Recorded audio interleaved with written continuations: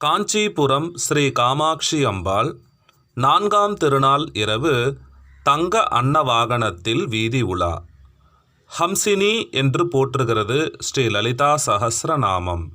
அதாவது ஹம்சங்களோடு அன்னப்பறவைகளோடு கூடியவள். நடை அழகுக்கு பேர் போனவை அன்னப்பறவைகள். ஒரு உத்தம ஸ்திரீயின் நடையழகை அன்ன நடைக்கு ஒப்பிடுவது கவிகளின் மரபு.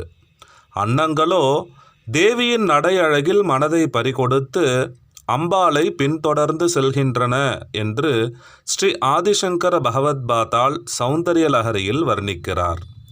தேவியிடம் நடைபயின்ற அன்னம் அவளை சுமந்து வரும் அழகான காட்சி.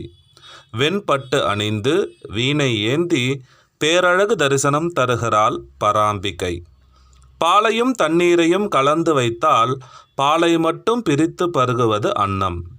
நன்மை தீமை கலப்புடன் இருந்தாலும் அம்பிகையிடம் சரணம் அடைந்து விட்டால் நம்மிடம் உள்ள தீமையை பாராமல் நன்மையை பார்த்து கருணை செய்யும் தயாபரி இவளே என்று தோன்றுகிறது இந்த தரிசனம். அன்ன வாகனமேறி ஆனந்தமாக உன் அடியேன் முன் வந்து நிற்பாய் என்று அழைக்கிறது காமாட்சி விருத்தம். இந்த தரிசனத்தால் நம் தீவினைகள் அழியட்டும். ஜெய ஜெய காமாட்சி.